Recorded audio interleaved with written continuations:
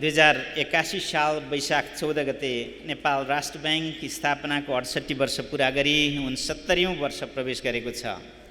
स्थापनापछि वित्तीय क्षेत्रको विकास र आर्थिक स्थायित्वका साथै देशको समग्र आर्थिक विकासमा यस ब्याङ्कले अग्रणी भूमिका खेल्दै आएको छ। यस घडीमा ब्याङ्कका पूर्व गभर्नरज्यूहरू लगायत सम्पूर्ण अग्रजहरूप्रति स्मरण गर्दै सम्मान व्यक्त गर्दछु। वार्षिकोत्सवको यस अवसरमा ब्याङ्कका उद्देश्य प्राप्तिका लागि आफ्नो तर्फबाट महत्त्वपूर्ण भूमिका निर्वाह गरिरहनुभएका ब्याङ्कका सञ्चालक समितिका पदाधिकारीहरू र सम्पूर्ण कर्मचारीहरूलाई हार्दिक धन्यवाद ज्ञापन गर्दछु। ब्याङ्कको कार्य सम्पादनमा महत्त्वपूर्ण सहयोग पुर्याउने नेपाल सरकार, अर्थ मन्त्रालय लगायत अन्य निकाय, ब्याङ्क तथा वित्तीय संस्था, अन्तर्राष्ट्रिय वित्तीय संस्था, सञ्चार माध्यम तथा सरकारवाला शुभेच्छुकहरूप्रति हार्दिक आभार व्यक्त गर्दछु।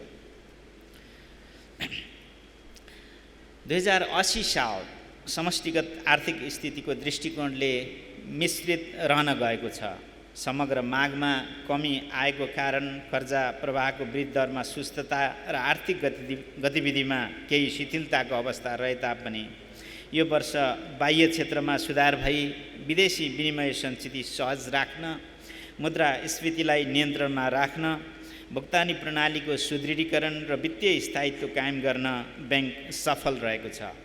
ब्याङ्कको कार्य सम्पादनलाई चुस्त, व्यवस्थित, नियमसङ्गत र अद्यावधिक बनाउन विभिन्न विनियावली र कार्यविधिहरू, तर्जुमा एवं परिमार्जनका कामहरू पनि निरन्तर रूपमा गरिएका छन्।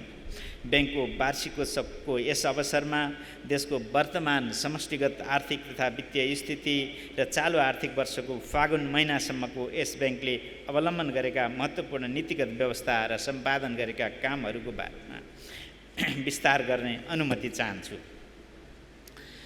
अघिल्लो आर्थिक वर्ष जस्तै चालु आर्थिक वर्षमा पनि विप्रेसन आप्रवाह उच्च रहेको छ। खास गरी विप्रेसन आप्रवाह उल्लेखनीय बढेको तथा आयात घटेकोले चालु खाता एवं शोधनान्तर बचत कायम भई तरलता व्यवस्थापन गर्न र ब्याज दरमा परेको चाप कम गर्न सहयोग पुगेको छ। उपलब्ध तरलता र कर्जाको घट्दो ब्याज दरका कारण आर्थिक गतिविधि बढाउन आधार सृजना भएको छ। आर्थिक वर्ष 2080-81 मा समयमै रोपाइँ भएको, मौसम अनुकूल नै रहेको र मलको आपूर्ति सहज रहेका कारण कृषि उत्पादनको वृद्धि दर सन्तोषजनक रहने देखिन्छ। आर्थिक गतिविधिमा आएको केही शिथिलताका कारण ब्याङ्किङ प्रणालीको कर्जा असुली दबावमा रहेको हुँदा निष्क्रिय कर्जा अनुपात केही बढेको छ। 2080 फागुनमा ब्याङ्क तथा वित्तीय संस्थाको औसत निष्क्रिय कर्जा कुल कर्जाको 3.73% पुगेको छ। यद्यपि 2080 फागुन मसान्तसम्म ब्याङ्क तथा वित्तीय संस्थाको खुद तरल सम्पत्ति कुल निक्षेपको झन्नै 30%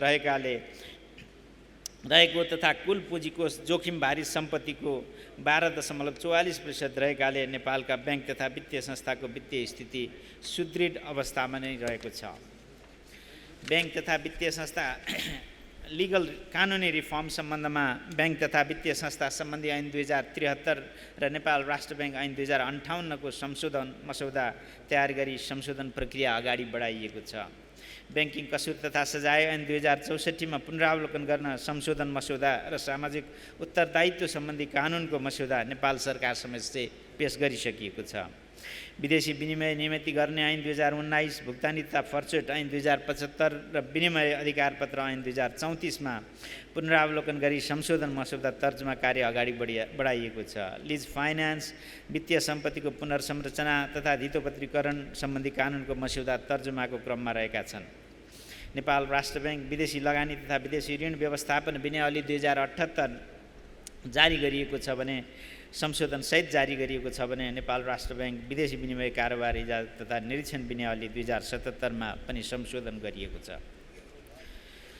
विश्व अर्थतन्त्रको सन्दर्भमा अन्तर्राष्ट्रिय मुद्रा कोषद्वारा अप्रिल 2024 मा प्रकाशित वर्ल्ड इकोनोमिक आउटलुक अनुसार सन् 2024 मा विश्व अर्थतन्त्रको वृद्धि दर 3.2% हुने प्रक्षेपण छ। सन् 2024 मा छिमेकी मुलुकहरू भारतको अर्थतन्त्र 6.8% र चीनको अर्थतन्त्र 4.6% ले वृद्धि हुने कोषको प्रक्षेपण रहेको छ। विश्वको मुद्रास्फीति सुधारोन्मुख रहेको छ। अन्तर्राष्ट्रिय मुद्रा कोषका अनुसार सन् 2023मा विश्वको मुद्रास्फीति 6.80% रहेकोमा सन् 2024मा 5.90% रहने प्रक्षेपण रहेको छ। आर्थिक वर्ष 80-81मा समयमै रोपाइँ भएको, मौसम अनुकूल भई समयमा वर्षा भएको तथा मलको आपूर्ति सहज नै रहेकोले कृषि उत्पादन बढ्ने अनुमान छ। विप्रेषण अप्रवाहमा भएको सुधारले बाह्य क्षेत्र सुदृढ भई ब्याङ्किङ प्रणालीमा तरलता बढेको र कर्जाको ब्याजदर घटेकोले आर्थिक गतिविधि चलायमान हुनका लागि आधार सृजना भएको छ। राष्ट्रिय तथ्याङ्क कार्यालयका अनुसार चालु आर्थिक वर्षको दोस्रो त्रैमासको आर्थिक वृद्धि दर 4% रहेको छ। यस अवधिमा औद्योगिक उत्पादनमा कमी आएको छ भने आवास तथा भोजन सेवा, विद्युत तथा ग्यास क्षेत्र, यातायात तथा भण्डारण क्षेत्रको उत्पादन उल्लेख्य रूपमा बढेको छ। समग्रमा चालु आर्थिक वर्षको आर्थिक वृद्धि दर 3 देखि 4% को हाराहारीमा रहन सक्ने अनुमान अन्तर्राष्ट्रिय संस्थाहरूको पनि छ। 2080 फागुन महिनामा वार्षिक बिन्दुगत उपभोक्ता मुद्रास्फीति 4.82% छ। समीक्षा अवधिमा खाद्य तथा पेय पदार्थ समूहको मुद्रास्फीति 5.94% र गैर खाद्य तथा सेवा समूहको मुद्रास्फीति 3.95% रहेको छ। आर्थिक वर्ष 2080-81 को 8 महिनासम्मको औसत उपभोक्ता मुद्रास्फीति 6.08% रहेको छ। बाह्य क्षेत्र सम्बन्धमा आर्थिक वर्ष 2080-81 को 8 महिनामा कुल वस्तु निर्यातमा 4%ले कमी आई 100 अर्ब 62 करोड कायम भएको छ। आर्थिक वर्ष 2080-81 को 8 महिनामा कुल वस्तु आयातमा 2.7%ले कमी आई 1030 अर्ब 22 करोड पुगेको छ। आर्थिक वर्ष 2080-81 को 8 महिनामा कुल वस्तु व्यापार घाटामा 2.5%ले कमी आएको छ। आर्थिक वर्ष 2080-81 को 8 महिनामा चालु खाता रु 166 अर्ब 87 करोडले र शोधनान्तर स्थिति 327 अर्ब 55 करोडले बचतमा रहेको छ। आर्थिक वर्ष 2080-81 को 8 महिनामा विप्रेषण अप्रवाह 21%ले वृद्धि भई 961 अर्ब 22 करोड पुगेको छ।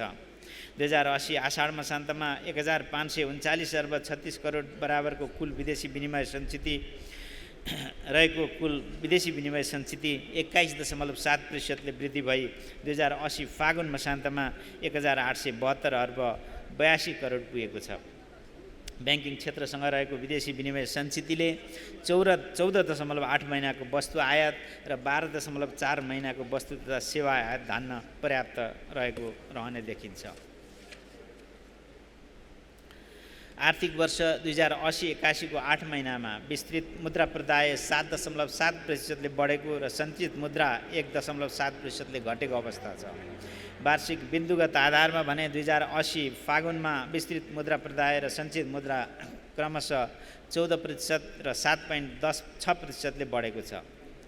आर्थिक वर्ष 2080-81 को 8 महिनामा ब्याङ्क तथा वित्तीय संस्थाहरूको निक्षेप परिचालन 7.6%ले वृद्धि भई 2080 फागुन मसान्तमा 6145 अर्ब 88 करोड पुगेको छ भने निजी क्षेत्रतर्फको कर्जा 4.2%ले बढेर 4996 अर्ब 53 करोड पुगेको छ।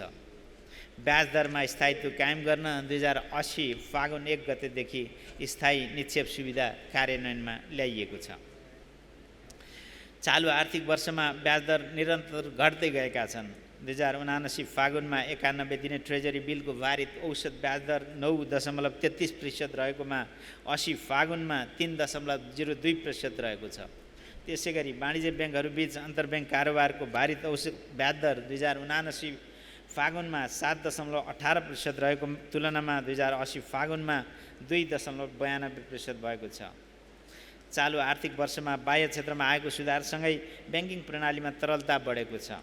फलस्वरूप अल्पकालीन एवं दीर्घकालीन ब्याजदरहरू घट्दै गएका छन्। 2080 फागुनमा वाणिज्य ब्याङ्कहरूको कर्जाको भारित औसत ब्याजदर 10.78% र निक्षेपको भारित औसत ब्याजदर 6.74% रहेको छ। यसैगरी 2080 फागुनमा वाणिज्य ब्याङ्कहरूको औसत आधार दर 8.77% कायम भएको छ। यस ब्याङ्कले उपभोक्ता मूल्य सूचकाङ्कको नयाँ आधार वर्ष 2080-81 निर्धारण गर्ने कार्यका लागि बजार केन्द्रहरू छनौट गरी वस्तु तथा सेवाको नियमित मूल्य सङ्कलन गर्ने र भाराङ्क अद्यावधिक गर्ने कार्य गरिरहेको छ। आधार वर्ष अद्यावधिक भए पश्चात प्रदेशगत मूल्य सूचकाङ्क समेत प्रकाशन गर्ने यस ब्याङ्कको योजना रहेको छ। ब्याङ्क तथा वित्तीय संस्थाहरूलाई एक आपसमा गाभिन प्रोत्साहन गर्ने यस ब्याङ्कको नीतिगत व्यवस्थालाई चालु आर्थिक वर्षमा पनि निरन्तरता दिइएको छ। विगत एक वर्षको अवधिमा मर्जर तथा प्राप्ति प्रक्रियामा संलग्न भई वाणिज्य ब्याङ्कको सङ्ख्या 20 कायम हुन आएको छ। यस ब्याङ्कले ब्याङ्क तथा वित्तीय संस्था गाभिने तथा प्राप्ति सम्बन्धी प्रक्रिया सुरु गरे पश्चात 2080 फागुन मसान्तसम्म कुल 437 ब्याङ्क तथा वित्तीय संस्था एक आपसमा गाभिएर 109वटा संस्था कायम भएका छन्। तीमध्ये 194 संस्थाहरूको इजाजत खारेज भई 109 संस्था कायम भएका हुन्। समीक्षा अवधिमा वित्तीय पहुँच विस्तार भइरहेको छ। 2080 फागुन मसान्तसम्म 20 वाणिज्य ब्याङ्क, 17 विकास ब्याङ्क, 17वटा वित्त कम्पनी, 55 लघु वित्तीय संस्था र 1 पूर्वाधार विकास ब्याङ्क गरी ब्याङ्क तथा वित्तीय संस्थाहरूको कुल सङ्ख्या 110वटा रहेको छ। 2080 फागुन मसान्तसम्म वाणिज्य ब्याङ्कका 5041, विकास ब्याङ्कका 1135, वित्त कम्पनीका 228 र लघु वित्तीय संस्थाका 5130 गरी ब्याङ्क तथा वित्तीय संस्थाका कुल शाखा सङ्ख्या 11594 पुगेको छ। यसअनुसार ब्याङ्क तथा वित्तीय संस्थाहरूको प्रति शाखाबाट औसतमा करिब 2515 जनसङ्ख्याले सेवा प्राप्त गरिरहेका छन्। स्ट्रेस टेस्टिङका सिद्धान्तलाई अद्यावधिक र व्यवस्थित गर्ने तथा ब्याङ्किङ क्षेत्रमा आएका परिवर्तनसँगै स्ट्रेस टेस्टिङलाई थप परिष्कृत गर्ने उद्देश्यले इजाजत पत्र प्राप्त संस्थाहरूलाई जारी गरेको स्ट्रेस टेस्टिङ गाइडलाइन 2012लाई प्रतिस्थापन गरी स्ट्रेस टेस्टिङ गाइडलाइन 2023 जारी गरिएको छ। इजाजत पत्र प्राप्त ब्याङ्क वित्तीय संस्थाहरूबाट प्रभाव हुने चालु प्रकृतिका कर्जाको औचित्य, प्रभावकारिता तथा सदुपयोगिता सुनिश्चित होस् भन्ने उद्देश्यले जारी गरिएको चालु पुँजी कर्जा सम्बन्धी मार्गनिर्देशनमा साना व्यवसाय तथा उत्पादनमूलक उद्योगका लागि सरल र सहज बनाउन चालु पुँजी कर्जा सम्बन्धी मार्गदर्शन 2079 को दोस्रो संशोधन समेत गरिएको छ। ग्रिन फाइनेन्सिङलाई प्रोत्साहन गर्ने, हरित बन्ड निष्कासन गर्ने, जलवायु जोखिम रिपोर्टिङ गर्ने, पुँजी आवश्यकता पहिचान गर्ने लगायतका विषय समावेश गरी नेपाल ग्रिन फाइनेन्स टेक्सोनोमीको मस्यौदा तयार गरी राय सुझावका लागि कन्सल्टेटिभ डकुमेन्ट प्रकाशन गरिएको छ। कर्जा तथा सापटको ब्याज दर निर्धारण गर्दा एउटै प्रकृतिका कर्जा तथा सापटको ब्याज दर अन्तर 2% बिन्दुभन्दा बढीले फरक पार्न नपाइने व्यवस्था गरिएको छ।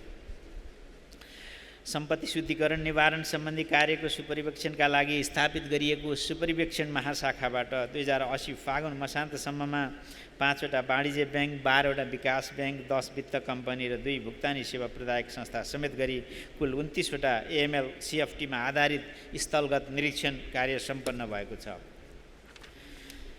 यस वर्षदेखि सुपरिवेक्षकीय सूचना प्रणाली SIS मार्फत प्राप्त तथ्याङ्कको आधारमा सम्बन्धित सुपरिवेक्षण विभागहरूले वाणिज्य ब्याङ्क, पूर्वाधार विकास ब्याङ्क तथा वित्त कम्पनीको अनुपालना अनुगमन गर्ने कार्य सुरु गरिएको छ। वाणिज्य ब्याङ्कहरूको स्थलगत निरीक्षणको कार्यमा सुपरिवेक्षकीय सूचना प्रणालीमा विकास भएको अनसाइट मोडलको प्रयोग गरी स्थलगत निरीक्षण गर्ने कार्य प्रारम्भ गरिएको छ। लघुवित्त वित्तीय संस्थाका सदस्यहरूको गुनासो सुनवाई तथा व्यवस्थापनको लागि लघुवित्त संस्था सुपरिवेक्षण विभागमा मिति 2080 जेठ 10 देखि टोल फ्री नम्बर सहितको अलग्गै गुनासो सुनवाई डेस्क स्थापना गरिएको छ।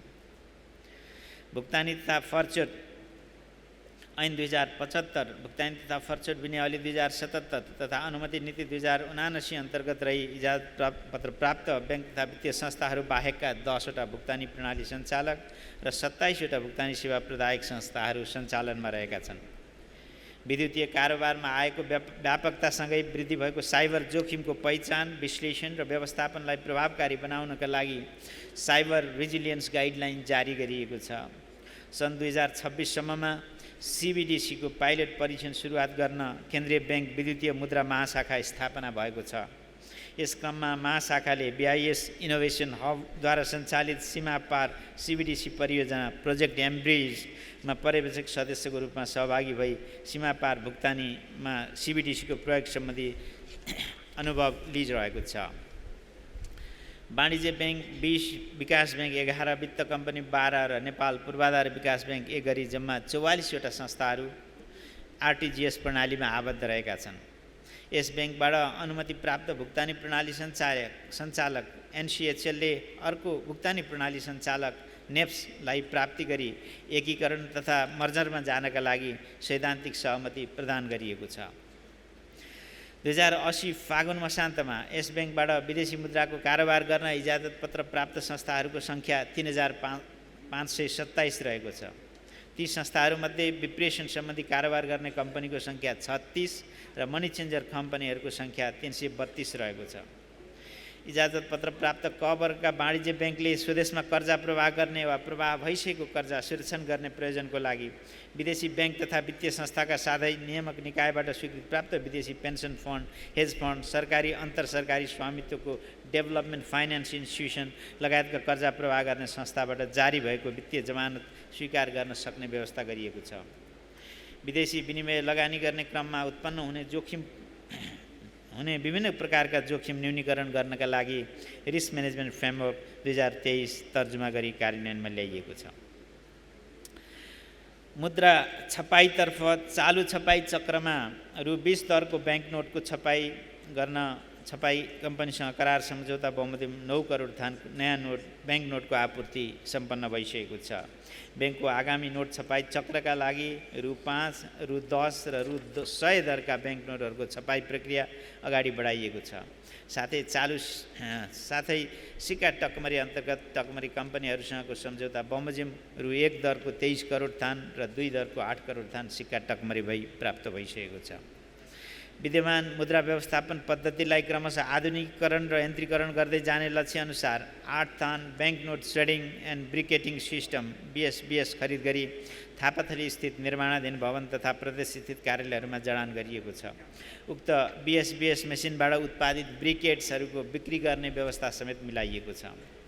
नेपाल राष्ट्र ब्याङ्कका 8 स्थानमा रहेका नोटकोष तथा वाणिज्य ब्याङ्कमा रहेका 72 वटा नोटकोष मार्फत ब्याङ्क वित्तीय संस्था, सहकारी र सरकारी निकाय तथा सर्वसाधारणलाई आवश्यक पर्ने मुद्राको सहज आपूर्ति हुँदै आएको छ। तोकिएका वाणिज्य ब्याङ्कमा रहेका विभिन्न शाखा कार्यालयहरूबाट भइरहेका नोटकोष कारोबारको रियल टाइम अद्यावधिक विवरण सहितको रिपोर्ट अनलाइन मार्फत तत्काल प्राप्त गर्न 2080 श्रावण 1 गतेदेखि नोट चेस ट्रान्जेक्सन सफ्टवेयर सञ्चालनमा ल्याइएको छ। जनशक्ति व्यवस्थापन विभागको नाम परिवर्तन गरी यस वर्षबाट मानव संसाधन व्यवस्थापन विभाग कायम गरिएको छ। आन्तरिक लेखा परीक्षणको कार्यलाई risk based internal audit manual अनुसार सम्पादन गरिएको छ। साथै इन्टरनल अडिट चार्टरलाई समय सापेक्ष संशोधन समेत गरिएको छ। आर्थिक वर्ष 2079-80 को वार्षिक लेखा परीक्षण कार्य ऐनद्वारा निर्दिष्ट समयावधिभित्र सम्पादन भएको छ। आर्थिक वर्ष 2079-80 मा ब्याङ्कको खुद आय रु 60 अर्ब 48 करोड रहेको र सोबाट बचत रकम रु 25 अर्ब नेपाल सरकारलाई उपलब्ध गराउने निर्णय भए बमोजिम अधिकांश रकम उपलब्ध गराइसकिएको छ। क, ख र ग वर्गका ब्याङ्क तथा वित्तीय संस्थाहरू जीवन, निर्जीवन बीमा, लघु बीमा र पुनर्बीमा कम्पनी, विप्रेषण सम्बन्धी कार्य गर्ने संस्था, धितोपत्र व्यवसायी, लघुवित्त संस्था, सहकारी संस्था, भुक्तानी सम्बन्धी कार्य गर्ने संस्था, मुद्रा सटै कार्य गर्ने संस्था, क्यासिनो व्यवसाय, बहुमूल्य धातु तथा पत्थर सम्बन्धी कारोबार गर्ने व्यवसाय, भुक्तानी सेवा प्रदायक, भुक्तानी प्रणाली सञ्चालक, घर जग्गा खरिद बिक्री व्यवसायी लगायत जम्मा 1481 वटा सूचक संस्थाहरूलाई वित्तीय जानकारी इकाइ 1 को GoAML सिस्टममा आबद्ध गरिएको छ। वित्तीय जानकारी इकाइले सूचना तथा तथ्याङ्कलाई सम्भावित जोखिमबाट जोगाउन र GoAML सिस्टमको डेटा रिकभरी प्रणाली सुनिश्चित गर्न डिसास्टर रिकभरी साइटको व्यवस्था मिलाइएको छ। इकाइले यस अवधिमा संयुक्त अरब इमिरेट्सको फाइनेन्सियल इन्टेलिजेन्स युनिट लगायत कुल 19 वटा विदेशी FIUहरूसँग हस्ताक्षर सम्पन्न गरेको छ। यस ब्याङ्कको ब्याङ्किङ विभागबाट सर्वसाधारणलाई प्रदान हुँदै आएको विदेशी मुद्राको सटै सुविधा ब्याङ्कहरूबाटै उपलब्ध हुने व्यवस्था यस सालबाट मिलाइएको छ। 2072 वैशाख 12 गतेको विनाशकारी भूकम्पका कारण क्षतिग्रस्त भई शहरी विकास मन्त्रालय अन्तर्गतको केन्द्रीय आयोजना कार्यान्वयन इकाइबाट निर्माण भइरहेको यस ब्याङ्कको बालुवाटार स्थित भवनको पुनर्निर्माण कार्य 2080 फागुन मसान्तसम्ममा 100% र थापाथली स्थित भवनको करिब 79% सम्पन्न भई इकाइबाट हस्तान्तरणको प्रक्रिया अघि बढेको छ। 2080 माघदेखि डिजिटल कलर प्रिन्टर मेसिन सञ्चालनमा ल्याई ब्याङ्कका क्यालेन्डर, एकीकृत निर्देशन, वार्षिक प्रतिवेदन, नेपाल राष्ट्र ब्याङ्क समाचार, वार्षिकोत्सव विशेषाङ्क सहित ब्याङ्कका अन्य प्रकाशनहरू आफ्नै प्रेसबाट छपाई गर्ने कार्य सुरु भएको छ। यहाँहरूको हातमा आज आइराख्ने जुन क्यालेन्डर छ, साइजमा अलिकति सानो पाउन सक्नुहुन्छ, त्यो ट्रे त्यही भएको कारणले यो सबै हामीले यहीँभित्रै छापेका छौँ। यसचोटि यसबाट छपाई खर्च मितव्ययी हुने अपेक्षा गरिएको छ। ब्याङ्कको जोखिम व्यवस्थापनको कार्यलाई समयानुकूल तथा थप प्रभावकारी बनाउने उद्देश्यले विद्यमान नीतिगत व्यवस्थालाई परिमार्जन तथा अद्यावधि गरी नयाँ नीतिगत व्यवस्था गरिएको छ। सो अन्तर्गत risk management policy 2023, risk management directive 2023, risk management procedure 2023हरू स्वीकृत गरेर लागू गरिएको छ। ब्याङ्कको व्यवसाय निरन्तरता सम्बन्धमा नीतिगत व्यवस्था गर्न बिजनेस कन्टिन्यू प्लान 2024 तर्जुमा गरी लागू गरिएको छ। कार्य सम्पादनको क्रममा निस्कने फोहोरजन्य तथा काम नलाग्ने वस्तुको न्यूनीकरण र तिनको व्यवस्थापनको लागि waste management and policy intact policy 2024 लागू गरिएको छ। ओलम्पिक ब्याङ्किङ सिस्टमलाई प्रभावकारी रूपमा सञ्चालन तथा व्यवस्थापन गर्नका लागि ब्याङ्कको डेटा सेन्टरबाट सञ्चालन गर्न नसकिने अवस्थामा ब्याङ्कले स्थापना गरेको डिआर साइटबाट तुरुन्त सञ्चालन गर्ने अवस्थाको सुनिश्चितताको लागि डिआर प्लान र डिआर ड्रिल प्रोसिडियर स्वीकृत गरी पहिलोपल्ट डिआर ड्रिल गर्ने कार्य समेत यो वर्ष सम्पन्न भएको छ। ब्याङ्कमा सफ्टवेयर सम्बन्धी कार्यलाई व्यवस्थित तथा सफ्टवेयर विकास, सञ्चालन, सपोर्ट तथा व्यवस्थापन कार्यविधि 2080 कार्यान्वयनमा ल्याइएको छ। वित्तीय समावेशीकरण अभिवृद्धिको लागि वित्तीय समावेशीकरण नीति तर्जुमा गरिएको छ भने राष्ट्रिय वित्तीय समावेशीकरण रणनीतिको मस्यौदा तयारीको अन्तिम चरणमा रहेको छ। समावेशिता मापनका लागि फाइनेन्सियल इन्क्लुजन इन्डेक्स तयार गर्ने कार्य समेत भइरहेको छ। Protect your money secure A future भन्ने मूल नाराका साथ 2080 चैत्र 5 देखि चैत्र 11 सम्म ग्लोबल मनी विक 2024 देशभर मनाइएको छ। वित्तीय साक्षरता रूपरेखा 2079 बमोजिम अन्य संस्थाको समन्वयमा लक्षित समूहलाई समेटी विभिन्न स्थानमा वित्तीय साक्षरता कार्यक्रम सम्पन्न भएका छन्। मार्केट कन्डक्ट सुपरभिजन थालनीको लागि नेपाल राष्ट्र ब्याङ्क निरीक्षण तथा सुपरिवेक्षण विनियावली 2074 आवश्यक संशोधन गरिएको छ। वित्तीय समावेशिता तथा ग्राहक संरक्षण महाशाखामा अनलाइन पोर्टल, इमेल, लिखित निवेदन तथा टेलिफोन र हेलो सरकार मार्फत 2080 वैशाखदेखि फागुन मसान्तसम्म 2449 वटा गुनासोहरू समाधान भएका छन्। ब्याङ्क अफ कोरियाको सहयोगमा सञ्चालन हुने bank of Korea knowledge partnership program अन्तर्गत 2023 को लागि develop macro stress testing framework for financial stability assessment विषयक अध्ययन सम्पन्न गरिएको छ। लघुवित्त वित्तीय संस्थाका समस्या र समाधान विषयको विस्तृत अध्ययन सम्पन्न गरी प्रतिवेदन सार्वजनिक भएको छ भने सो प्रतिवेदनको सुझावलाई क्रमशः कार्यान्वयन गर्दै लगिएको छ। एसियन डेभलपमेन्ट ब्याङ्क इन्स्टिच्युट र एसिया पेसिफिक एप्लाइड इकोनोमिक एसोसिएसनसँगको सहकार्यमा विभिन्न विषयहरूमा अध्ययन गरी रिसर्च वर्कसप सम्पन्न गरिएको छ। पूर्ण डिजिटल ब्याङ्क स्थापना सम्बन्धी अध्ययन अन्तर्राष्ट्रिय अभ्यासहरूको अध्ययन गरी establishing digital bank in Nepal study रिपोर्टको मस्यौदा तयार भएको छ। नेपाल भ्रमण गर्ने भारतीय पर्यटकहरूको सङ्ख्या उल्लेख्य रहेको, भारतमा डिजिटल पेमेन्टको व्यापकता पाएको र नेपालमा भारु 100 भन्दा ठुला दरका नोट ग्राह्य नभएको अवस्थालाई मध्यनजर गरी भारतीय पर्यटकहरूको preferred digital mode of payment सम्बन्धमा सर्वेक्षण अध्ययन गरिएको छ। प्रदेश स्थित कार्यालयहरूसँगको समन्वयमा विभिन्न पुरातात्विक, सामाजिक, सांस्कृतिक तथा ऐतिहासिक महत्त्वका वस्तुहरू विषयवस्तु पहिचान हुने गरी स्मारिका सिक्का तथा मेडालियन टकमरी गर्ने सन्दर्भमा टक्सार महाशाखाबाट 6 वटा प्रदेशको अध्ययन भई प्रतिवेदन समेत तयार भइसकेको छ। कर्णाली प्रदेशको अध्ययन पश्चात प्रदेशका विषयवस्तुहरूलाई समेटेर स्मारिका सिक्का तथा मेडालियनहरू टकमरी गर्ने योजना रहेको छ। अन्तर्राष्ट्रिय सम्बन्ध सन्दर्भमा यस ब्याङ्क र भारतीय रिजर्भ ब्याङ्कका अधिकारीहरूको सहभागितामा जेटिसिसीको 6औँ बैठक काठमाडौँमा सम्पन्न भएको छ। अन्तर्राष्ट्रिय मुद्रा कोषको एक्सटेन्डेड क्रेडिट फ्यासिलिटीको 3rd रिभ्यू सम्पन्न भएको छ। यसै गरी 2080 वैशाखदेखि हालसम्म अन्तर्राष्ट्रिय मुद्रा कोषबाट 6वटा विभिन्न विषयमा प्राविधिक सहयोग समेत प्राप्त भएको छ। नेपाल र भारतबीच सीमापार विद्युतीय भुक्तानीका लागि भारतको युपिआई र नेपालको एनपिआईलाई एकीकृत गर्ने प्रयोजनार्थ यस ब्याङ्क र भारतीय रिजर्भ ब्याङ्कबीच नियमन र सहजीकरणका विषयका शर्तहरूबारे हस्ताक्षर सम्पन्न भएको छ। विद्युतीय भुक्तानीको प्रवर्धन तथा विकासका लागि आवश्यक सहकार्य गर्न यस ब्याङ्क र आइएफसी बीच कोअपरेसन एग्रिमेन्ट गरिएको छ।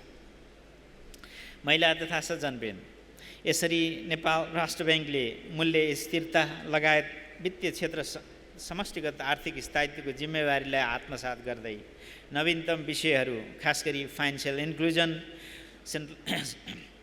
Central bank digital currency, digital financial services, digital public infrastructure, green finance taxonomy, regulatory sandbox जस्ता विषयहरूलाई समेत आफ्नो प्रमुख कामहरूको रूपमा अगाडि बढाउँदै गएको छ। त्यसै गरी यस ब्याङ्कका प्रथम गभर्नर स्वर्गीय हिमालय शमशेर जबराको सम्झनामा प्रत्येक वर्ष लेक्चर आयोजना गर्ने अभिप्रायले यसै वर्षबाट हिमालय शमशेर मेमोरियल लेक्चर आरम्भ गरिने कार्यक्रम राखिएको छ। चालु खाता र शोधनान्तर बचतमा महिला तथा सज्जनवृन्द, चालु खाता तथा शोधनान्तर बचतमा रहेकोले तरलता स्थितिमा उल्लेख्य सुधार आएको छ। निक्षेप तथा कर्जाका ब्याज दरहरू घट्दो क्रममा रहेका छन्। शोधनान्तर बचत र मूल्यमा परेको चाप कम हुँदै गएकाले राष्ट्र ब्याङ्कले नीतिगत कार्यदिशालाई क्रमशः सहज बनाउँदै लगेको छ। यसबाट आर्थिक गतिविधिहरूमा क्रमशः सुधार हुने अपेक्षा रहेको छ।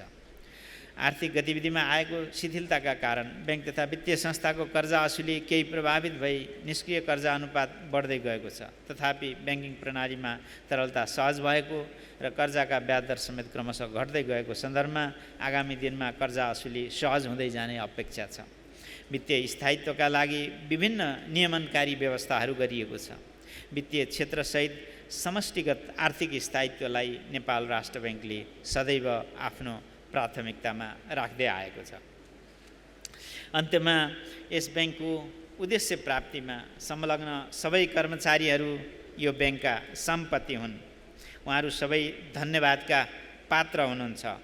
वार्षिकोत्सवको यस गरिमामय अवसरमा ब्याङ्कका सम्पूर्ण कर्मचारी र अन्य सम्बद्ध सबैलाई हार्दिक शुभकामना व्यक्त गर्दै ब्याङ्कको उद्देश्य प्राप्तिमा आगामी दिनमा अझ क्रियाशील हुँदै ब्याङ्कको गरिमा उच्च राख्ने गरी काम गर्न सम्पूर्ण कर्मचारीहरूलाई निर्देश गर्दछु। वार्षिकोत्सवको अवसरमा 20 वर्षीय सेवा उपहारबाट सुशोभित हुनुहुने कर्मचारीहरूलाई हार्दिक बधाई ज्ञापन गर्दै उहाँहरूको ब्याङ्कप्रतिको समर्पणको सम्मान गर्दछु। नेपाल राष्ट्र ब्याङ्कको 69औँ वार्षिकोत्सवका अवसरमा उत्कृष्ट सेवा पुरस्कारबाट पुरस्कृत हुनुहुने सम्पूर्ण कर्मचारीलाई हार्दिक बधाई ज्ञापन गर्दछु। यसै गरी सबैभन्दा बढी रेमिट्यान्स भित्र्याउने र डिजिटल कारोबार गर्ने संस्थाहरूलाई पनि यस अवसरमा बधाई ज्ञापन गर्दछु। ब्याङ्कको 69औँ वार्षिकोत्सवको उपलक्ष्यमा आयोजित आर्थिक लेख, खेलकुद, बालचित्रकला लगायतका विभिन्न प्रतियोगितामा विजेता हुनेहरूलाई पनि हार्दिक बधाई ज्ञापन गर्दछु। यस ब्याङ्कको काम कारबाहीमा निरन्तर सहयोग गर्ने नेपाल सरकार, अर्थ मन्त्रालय लगायत अन्य सरकारी निकाय, ब्याङ्क तथा वित्तीय संस्था, निजी क्षेत्रका सङ्घ संस्था, सञ्चार क्षेत्र, प्रबुद्ध वर्ग, अन्तर्राष्ट्रिय मुद्रा कोष र अन्य दात्री निकाय र अन्तर्राष्ट्रिय सङ्घ संस्था र सर्वसाधारण सबैमा यस अवसरमा धन्यवाद ज्ञापन गर्दछु। आगामी दिनमा पनि सम्बद्ध सबै पक्षबाट ब्याङ्कलाई निरन्तर सहयोग प्राप्त हुनेमा विश्वस्त छु। यति भन्दै मेरो भनाइ यहीँ टुङ्ग्याउने अनुमति चाहन्छु।